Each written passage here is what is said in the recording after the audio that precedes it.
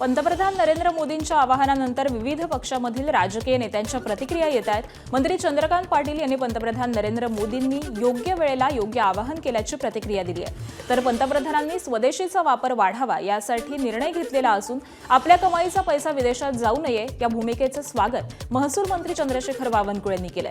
दरम्यान केंद्रीय मंत्री रामदास आठवले यांनी परदेशी चलन कमी होऊ नये म्हणून पंतप्रधानांनी आवाहन केलंय अशी प्रतिक्रिया दिली आहे।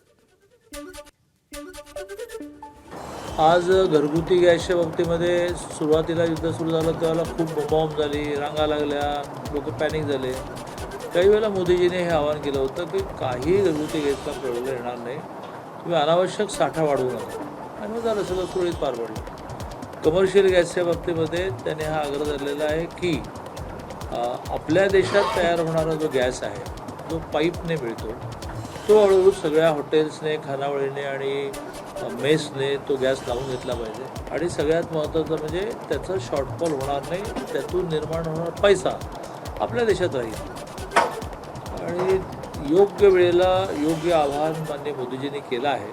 माननीय पंतप्रधान नरेंद्र मोदीजींनी आधीपासूनच स्वदेशी या विषयावर जास्त भर दिलेला आहे। आपल्या देशातला पैसा आपल्या देशातच राहावा आणि आपल्या देशातल्या उत्पादनाला त्या ठिकाणी महत्त्व द्यावं।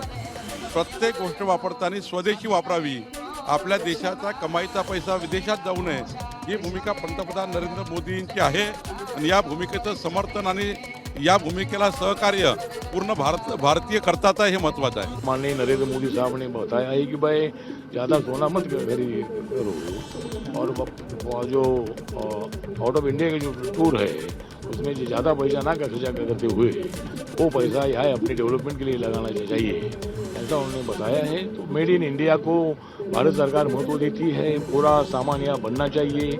अपनी इकोनॉमी नंबर 4 पर आई है, पर हमें 3 नंबर पर जल्दी जाना है। तो मुझे लगता है कि और भी अपनी इकोनॉमी डेवलपमेंट होने की आवश्यकता है, इसीलिए माननीय नरेंद्र मोदी जी ने ये बात बताई है। तो उसका जो आह्वान है उस आह्वान के मुताबिक लोगों ने ध्यान देना चाहिए। एबीपी माझा, उघडा डोळे बघा नीट।